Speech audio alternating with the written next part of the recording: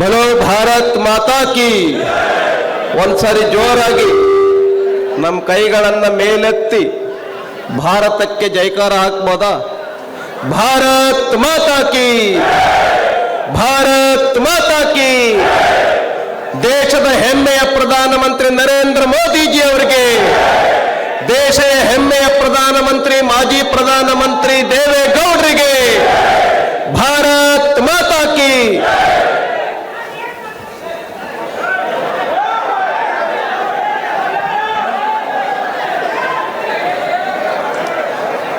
ಬಿಡಿ ಬಿಡಿ, ಇನ್ನು ಉಳಿದವ್ರು ನೀವು ಸುಮ್ಮನೆ ಬಿಡಿ, ಏನ್ ತೊಂದರೆ ಇಲ್ಲ. ನಮ್ಮೆಲ್ಲರಿಗೂ ಕೂಡ ಗೊತ್ತಿರೋ ಹಾಗೆ ಈ ಒಂದು ಕಾರ್ಯಕ್ರಮವನ್ನು ನೋಡಿದ್ರೆ ಅವರಿಬ್ರು ಎಷ್ಟು ಉತ್ಸಾಹದಲ್ಲಿದ್ದಾರೆ ನೋಡಿ ನೀವು.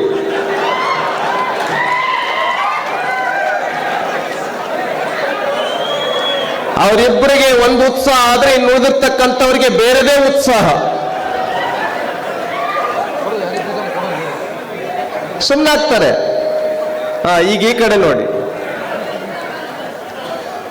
ವೇದಿಕೆ ಮೇಲೆ ಉಪಸ್ಥಿತರಿರ್ತಕ್ಕಂಥ, ಇಲ್ಲಿ ಕುಳಿತುಕೊಂಡಿರ್ತಕ್ಕಂಥ ನಿಮ್ಮೆಲ್ಲರ ಆಶೀರ್ವಾದದಿಂದ ಕನಿಷ್ಠ ನನಗನ್ಸುತ್ತೆ ಹರಿಹರದಲ್ಲಿ ಭಾರತೀಯ ಜನತಾ ಪಾರ್ಟಿ ಮತ್ತು ಜೆಡಿಎಸ್ನ ಅಭ್ಯರ್ಥಿಯಾಗಿರ್ತಕ್ಕಂಥ ನಮ್ಮ ಗಾಯತ್ರಿ ಸಿದ್ದೇಶ್ವರ್ ಅವರಿಗೆ 1 ಲಕ್ಷ ಮತಗಳು ಹರಿಹರದಲ್ಲಿ 1 ಲಕ್ಷ ಮತಗಳು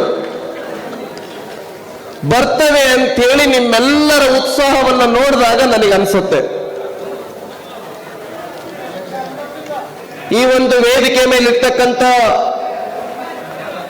ನಮ್ಮ ಅಭ್ಯರ್ಥಿ ಗಾಯತ್ರಿ ಸಿದ್ದೇಶ್ವರ್ ಅವರೇ, ವೇದಿಕೆ ಮೇಲಿರ್ತಕ್ಕಂಥ ನಮ್ಮೆಲ್ಲ ಜೆಡಿಎಸ್ನ ನಾಯಕರೇ, ಬಿಜೆಪಿಯ ನಾಯಕರೇ, ಹಿಂದಿನ ಸಾಲುಗಳಲ್ಲಿ ಕುಳಿತುಕೊಂಡಿರ್ತಕ್ಕಂಥ ನಮ್ಮೆಲ್ಲ ನಾಯಕರೇ, ಆಗಮಿಸಿರ್ತಕ್ಕಂಥ ಶ್ರದ್ಧೆಯ ತಾಯಂದಿರೇ, ಅಣ್ಣ ತಮ್ಮಂದಿರೇ, ಅಕ್ಕ ತಂಗಿಯರೇ, ಒಂದು 5-6 ನಿಮಿಷ ಅಷ್ಟೇ ನಾನು ಸಮಯವನ್ನು ತೆಗೆದುಕೊಳ್ತೇನೆ. ಇಲ್ಲಿ ಕುಳಿತುಕೊಂಡಿರ್ತಕ್ಕಂಥವ್ರು ನಮಗೆಲ್ಲರಿಗೂ ಕೂಡ ಗೊತ್ತಿದೆ, ಕುಮಾರಸ್ವಾಮಿ ಮತ್ತು ಯಡಿಯೂರಪ್ಪ ಅವರು ಏನು ಸಮ್ಮಿಶ್ರ ಸರ್ಕಾರದಲ್ಲಿ ಒಳ್ಳೆ ಸರ್ಕಾರವನ್ನು ಕೊಟ್ಟಿದ್ರು, ಆ ತರದ ಸರ್ಕಾರವನ್ನು ಕಾಂಗ್ರೆಸ್ ಕಡೆಯಿಂದ ಕೊಡೋದಕ್ಕೆ ಸಾಧ್ಯ ಆಗಿಲ್ಲ. ನಮಗೆ ಗೊತ್ತಿದೆ, ಕಾಂಗ್ರೆಸ್ ಅಂದ್ರೆ ಬರ ಬರೋದು ಗ್ಯಾರಂಟಿ, ಬಿಜೆಪಿ ಮತ್ತು ಜೆಡಿಎಸ್ ಅಂದ್ರೆ ಮಳೆ ಬರೋದು ಗ್ಯಾರಂಟಿ. ನೋಡಿ, ಯಡಿಯೂರಪ್ಪ ಅವರು ಮುಖ್ಯಮಂತ್ರಿ ಇದ್ರು, ಮಳೆ ವಿಪರೀತ ಕರ್ನಾಟಕ ರಾಜ್ಯದಲ್ಲಿ ಬಂತೋ ಬರಲಿಲ್ವೋ? ಬಂತು ಅನ್ನೋರು ಸ್ವಲ್ಪ ಕೈ ಮೇಲೆ ಬಂತು, ಮಳೆ ಬಂತು, ವಿಪರೀತ ಮಳೆ ಎಲ್ಲ ಕೆರೆ ಕಟ್ಟೆ ನದಿ ಡ್ಯಾಮ್ ಎಲ್ಲ ತುಂಬಿದ್ದು. ಈಗ ನಮ್ಮ ಸಿದ್ದರಾಮಯ್ಯ ಅವರು ಮುಖ್ಯಮಂತ್ರಿ ಆಗಿದ್ದಾರೆ, ನಮಗೆ ಕುಡಿಯೋ ನೀರಿನ ಸಮಸ್ಯೆ ಆಗಿದೆ ಅನ್ನೋರು ಸ್ವಲ್ಪ ಕೈ ಮೇಲೆ ಮಾಡಿ. ಇದು ಕಾಂಗ್ರೆಸ್ ಸರ್ಕಾರದ ಆಡಳಿತದ ವೈಖರಿ. ಅದಕ್ಕೆ ನಾನು ಹೇಳ್ತೇನೆ, ಕುಡಿಯೋದಕ್ಕೆ ನೀರು ಕೊಡಕ್ಕಾಗದೆ ಇರ್ತಕ್ಕಂಥ, ರಸ್ತೆಗಳಲ್ಲಿ ಗುಂಡಿ ಬಿದ್ದಿರ್ತಕ್ಕಂಥ ರಸ್ತೆಗೆ ಒಂದು ಬುಟ್ಟಿ ಮಣ್ಣು ಹಾಕದೇ ಇರ್ತಕ್ಕಂಥ ಸರ್ಕಾರ ಕಾಂಗ್ರೆಸ್ ಸರ್ಕಾರ ಬೇಕಾ ಅನ್ನೋದು ಪ್ರಶ್ನೆ ಮಾರ್ಕ್ ಇದೆ. ಬೇಡ ಅಂತ ಜನ ಆಲ್ರೆಡಿ ನಿರ್ಧಾರ ಮಾಡಿದರೆ 26ಕ್ಕೆ ಮತ್ತು 7ನೇ ತಾರೀಕಿಗೆ ಬಟನ್ ಅನ್ನ ಒತ್ತೋದಕ್ಕೆ ನೀವೆಲ್ಲರೂ ಸಿದ್ಧರಾಗಿದ್ದೀರಿ. ಅದಕ್ಕೆ ನಾನು ಹೇಳಿದೆ, ಇವತ್ತು ಜೆಡಿಎಸ್ ಮತ್ತು ಬಿಜೆಪಿ ಯಾಕೆ ಕರ್ನಾಟಕ ರಾಜ್ಯದಲ್ಲಿ ಒಂದಾಗಿದೆ ಅಂತ ಹೇಳಿದ್ರೆ, ಕಾಂಗ್ರೆಸ್ನ ಆಡಳಿತದಲ್ಲಿ ಯಾವತ್ತೂ ಕರ್ನಾಟಕ ರಾಜ್ಯದಲ್ಲಿ ಅಭಿವೃದ್ಧಿ ಆಗಿಲ್ಲ, ಅದು ದೇಶದಲ್ಲೂ ಆಗಿಲ್ಲ. ಹಾಗಾಗಿ ಒಬ್ಬರಿಗೆ 5 kg ಅಕ್ಕಿಯನ್ನು ಕೊಡ್ತಾ ಇರೋ ಸರ್ಕಾರ ಯಾವುದು? ಒಬ್ಬರಿಗೆ 5 kg. ನರೇಂದ್ರ ಮೋದಿ ಒಬ್ಬರಿಗೆ 5 kg. ಸಿದ್ದರಾಮಯ್ಯ ಏನ್ ಹೇಳಿದ್ರು? 10 kg ಕೊಟ್ಟು ಬಿಡ್ತೇನೆ. ಕೊಟ್ರ? 10 ಕಾಳು ಕೊಡ್ಲಿಲ್ಲ. ಕೊಡ್ತೀನಿ ಅಂತ 10 ಕಾಳು ಕೊಡ್ಲಿಲ್ಲ. ನಾನು 5 kg ಕೇಂದ್ರ ರಾಜ್ಯ ಸರ್ಕಾರದಿಂದ ಕೊಡ್ತೀನಿ ಅಂತ ಹೇಳಿ ಕೊಡೋಕೆ ಆಗ್ಲಿಲ್ಲ. ಅವ್ರ ಕಡೆ ಕೊಡೋಕೆ ಆಗ್ಲಿಲ್ಲ. ಅದ್ರ ಬದಲಾಗಿ ದುಡ್ಡು ಕೊಡ್ತೀನಿ ಅಂತ ಹೇಳಿದ್ರು. ನಿಮಗೆ ಹೇಳ್ತೇನೆ ಹಕೀಕತ್ ಏನಾಗಿದೆ ನೋಡಿ. ಮೈಸೂರು ಜಿಲ್ಲೆನಲ್ಲಿ 105 ಕೋಟಿ ಅಕ್ಕಿ ದುಡ್ಡನ್ನ ಕೊಡೋದಕ್ಕೆ ಇನ್ನು ಬಾಕಿ ಉಳಿಸ್ಕೊಂಡಿದ್ದಾರೆ ಮೈಸೂರು ಜಿಲ್ಲೆನಲ್ಲಿ, ಬೇರೆ ಯಾವುದು ಜಿಲ್ಲೆ ಅಲ್ಲ. ಇನ್ನು ಬೇರೆ ಜಿಲ್ಲೆಗಳದ್ದು ಹಂಗೆ ಇದೆ. ನಾನು ಮೈಸೂರು ಜಿಲ್ಲೆದೇ ಹೇಳ್ತೀನಿ. ಅಂದ್ರೆ ನಿಮಗೆ ಮೈಸೂರು ಜಿಲ್ಲೆನಲ್ಲೇ ಕೊಡಕ್ಕಾಗಿಲ್ಲ, ಇನ್ನು ಉಳಿದ ಜಿಲ್ಲೆಗಳಿಗೆ ಏನ್ ಕೊಡ್ತೀರಾ? ಹಾಗಾಗಿ ನರೇಂದ್ರ ಮೋದಿಜಿ ಅವರ ಆಡಳಿತವನ್ನ ಇಡೀ ವಿಶ್ವ ಮೆಚ್ಕೊಳ್ತಾ ಇದೆ. ಅಕ್ಕಿ ಕೊಡೋದಿರ್ಬೋದು, 6,000 ರೂಪಾಯಿ ರೈತರ ಅಕೌಂಟ್ಗೆ ಹಾಕೋದಿರ್ಬೋದು. ನಾವು ರಾಜ್ಯ ಸರ್ಕಾರದಿಂದ 4,000 ರೂಪಾಯಿ ರೈತರ ಅಕೌಂಟ್ಗೆ ಹಾಕ್ತಾ ಇದ್ವಿ. ಒಟ್ಟು 10,000 ರೂಪಾಯಿ ಇತ್ತು, ಈಗ 6,000 ರೂಪಾಯಿ ಮಾತ್ರ ಬರ್ತಾ ಇದೆ. 4,000 ರೂಪಾಯಿ ಕಟ್ ಮಾಡಿರ್ತಕ್ಕಂಥವ್ರು ಯಾರಪ್ಪ ಅಂತ ಹೇಳಿದ್ರೆ, ಯಾರು ಕಟ್ ಮಾಡಿದವರು? ಮಿಸ್ಟರ್ ಕಟ್ ಸಿದ್ದರಾಮಯ್ಯ ಅವರು. ಮಿಸ್ಟರ್ ಕಟ್ ಸಿದ್ದರಾಮಯ್ಯ ಅವರು 4,000 ರೂಪಾಯಿ ಅಷ್ಟೇ ಕಟ್ ಮಾಡಿದ್ದಾರೆ ಅಂತ ತಿಳ್ಕೊಂಡ್ಬಿಟ್ಟಿರಿ ನೀವು. ಇನ್ನು ಬೇರೆ ಬೇರೆದನ್ನು ಕೂಡ ಕಟ್ ಮಾಡಿದ್ದಾರೆ. ಹಾಗಾಗಿ ಕಟ್ ಮಾಡೋದ್ರಲ್ಲಿ ಸಿದ್ದರಾಮಯ್ಯ ಅವರು ಎತ್ತಿದ ಕೈ. ಈ ಮಹಿಳೆಯರಿಗೆ 2,000 ರೂಪಾಯಿ ಆಗ್ತಾ ಇದಾರಲ್ಲ, ಬಹಳ ಜನ ಮಹಿಳೆಯರು ನಿರಾಶರಾಗಿದ್ದಾರೆ. ಕೆಲವರಿಗೆ ಬರ್ತಾ ಇರ್ಬೋದು, ಬಹಳ ಜನ ಮಹಿಳೆಯರಿಗೆ ಬರ್ತಾ ಇಲ್ಲ. ಆ 2,000 ರೂಪಾಯಿ ಎಲ್ಲಿಂದ ಕೊಡ್ತಿದ್ದಾರೆ ಗೊತ್ತಾ? ಎಲ್ಲಿಂದ ಕೊಡ್ತಾ ಇದ್ದಾರೆ? ಹಾ, ನೋಡಿ ಹೆಂಗ್ ಹೇಳ್ತಾ ಇದ್ದಾರೆ. ಎಲ್ಲಿಂದ ಕೊಡ್ತಾ ಇದ್ದಾರಪ್ಪ ಅಂತ ಹೇಳಿದ್ರೆ, ಗಂಡು ಮಕ್ಕಳು ಕಿಸೆಯಿಂದ ಕಟ್ ಮಾಡಿ ಹೆಣ್ಮಕ್ಳಿಗೆ ಕೊಡ್ತಾ ಇದ್ದಾರೆ. ಕೆಲವರಿಗೆ ಕಿಸೆ ಕಟ್ ಮಾಡಿದ್ದು ಗೊತ್ತಾಗ್ತಾ ಇದೆ, ಕೆಲವರಿಗೆ ಕಟ್ ಮಾಡಿದ್ದು ಗೊತ್ತಾಗ್ತಾ ಇಲ್ಲ. ಯಾಕೆ ಅಂದ್ರೆ ಸಾಯಂಕಾಲ ಅಲ್ಲ ಅದು. ಯಾಕೆ ಸಾಯಂಕಾಲ ಅದು ಕಟ್ ಮಾಡೋದು? ಹೆಂಗ್ ಕಟ್ ಮಾಡಿದ್ದಾರೆ? 1 ಕ್ವಾರ್ಟರ್ಗೆ 40 ರೂಪಾಯಿ ಹೆಚ್ಚು ಮಾಡಿದ್ದಾರೆ. ಎಷ್ಟು? 40 50? ಎಷ್ಟು? ಕೆಲವರು ಹೆಣ್ಮಕ್ಳು ಹೇಳ್ತಾ ಇದ್ದಾರೆ, ಅವ್ರಿಗೆ ಹೆಂಗ್ ಗೊತ್ತೋ ನನಗೆ ಗೊತ್ತಿಲ್ಲ. ಕೆಲವರು ಹೆಣ್ಮಕ್ಳು 50 ಅಂತ ಹೇಳ್ತಾ ಇದ್ದಾರೆ, ನನಗೇನು ಗೊತ್ತಿಲ್ಲ. ಅಂದ್ರೆ ಕೆಲವರು ಹೇಳ್ತಾರೆ 40 ರೂಪಾಯಿ, ಕೆಲವರು ಹೇಳ್ತಾರೆ 50 ರೂಪಾಯಿ. ಅಂದ್ರೆ ಹೆಣ್ಮಕ್ಳಿಗೆ ಹೆಂಗ್ ಗೊತ್ತಾಯ್ತು ಅಂತ ಹೇಳಿದ್ರೆ, ಗಂಡು ಮಕ್ಳು ಹೇಳ್ತಾರೆ ಮನೆಗೆ, ಅದಕ್ಕೆ ಗೊತ್ತು. ಹಂಗಂದ್ರೆ ಅವ್ರು ತಗೊಳ್ತಾರೆ ಅಂತ ಅರ್ಥ ಅಲ್ಲ. ಅಂದ್ರೆ ಗಂಡು ಮಕ್ಕಳಿಗೆ 1 ಕ್ವಾರ್ಟರ್ ತೆಗೆದುಕೊಂಡ್ರೆ 40-50 ರೂಪಾಯಿ ಕಟ್ಟಾಯ್ತು. ಒಂದು ದಿನಕ್ಕಿದು 1 ಕ್ವಾರ್ಟರ್ಗೆ ಮಾತ್ರ. ಅಕಸ್ಮಾತ್ ಬಹಳ ಬೇಜಾರಾಯ್ತು, 2 ಕ್ವಾರ್ಟರ್ ತಗೊಂತಾನೆ. ಬೇಜಾರಾದ್ರೆ 2 ಕ್ವಾರ್ಟರ್ ತಗೊಂತಾರ? ತಗೊಳಲ್ಲ. ತಗೊಳ್ತಾನೆ. ತಗೊಳ್ತಾರೆ ಅನ್ನೋರು ಸ್ವಲ್ಪ ಕೈ ಮೇಲೆ ಮಾಡಿ. ಹಾ, ನೋಡಿ ನೀವು ಬೇಕಾದ್ರೆ. ಬೇಜಾರಾದ 2 ಕ್ವಾರ್ಟರ್ ತೆಗೆದುಕೊಳ್ತಾರೆ. ಬೇಡಪ್ಪ, ಬಹಳ ಖುಷಿ ಆಯ್ತು, ಖುಷಿ ಆದ್ರೆ 2 ಕ್ವಾರ್ಟರ್ ತಗೊಂತಾರೆ. ಅಂದ್ರೆ ಬೇಜಾರಾದ್ರೂ 2 ಕ್ವಾರ್ಟರ್, ಖುಷಿ ಆದ್ರೂ 2 ಕ್ವಾರ್ಟರ್, 3 ಕ್ವಾರ್ಟರ್. ಆದ್ರೆ ಕಟ್ಟಾಗೋದು ಗಂಡಸರು ಪ್ಯಾಕೆಟೇ, ಗಂಡಸರು ಜೇಬೆ ಕಟ್ಟಾಗೋದು. ಆ ದುಡ್ಡನ್ನು ಯಾರಿಗಪ್ಪ ಕೊಡ್ತಾ ಇದ್ದಾರೆ ಅಂತ ಹೇಳಿದ್ರೆ, ಕೆಲವು ಜನ ಮಹಿಳೆಯರಿಗೆ ಕೊಡ್ತಾ ಇದ್ದಾರೆ. ಇದಕ್ಕೆ ಸಿದ್ದರಾಮಯ್ಯ ಅವರು ಬೇಕಾ? ಕುಡಿಯೋ ನೀರಿನ ಹಾಹಾಕಾರ ನಾನು ಹೇಳ್ತಾ ಇದ್ದೀನಿ. 1700 ಹಳ್ಳಿಗಳಲ್ಲಿ ಕುಡಿಯೋದಕ್ಕೆ ನೀರು ಸಿಗ್ತಾ ಇಲ್ಲ. ಬೆಂಗಳೂರಿನಲ್ಲಿ ಕುಡಿಯೋದಕ್ಕೆ ನೀರು ಸಿಗ್ತಾ ಇಲ್ಲ. ಇಡೀ ವಿಶ್ವನೇ ಭಾರತದ ಕಡೆಗೆ ನೋಡ್ತಾ ಇದೆ. ಪ್ರಪಂಚದಲ್ಲಿ ಕೋವಿಡ್ ಅನ್ನ ಸಂಪೂರ್ಣವಾಗಿ ತೊಲಗಿಸಿದಂತ ಮೊದಲ ದೇಶ ಯಾವುದಪ್ಪ ಅಂತ ಹೇಳಿದ್ರೆ ಭಾರತ. ಮೊದಲ ದೇಶ. ಅಷ್ಟೇ ಅಲ್ಲ, 47-48 ದೇಶಗಳಿಗೆ ಉಚಿತವಾಗಿ ಕೋವಿಡ್ ಅನ್ನ ಕಳಿಸ್ಕೊಟ್ರು ಮೋದಿ ಅವರು. ಕಳಿಸಿದ್ರೋ ಕಳಿಸ್ಕೊಡ್ಲಿಲ್ಲ? ಕಳಿಸ್ಕೊಟ್ರು.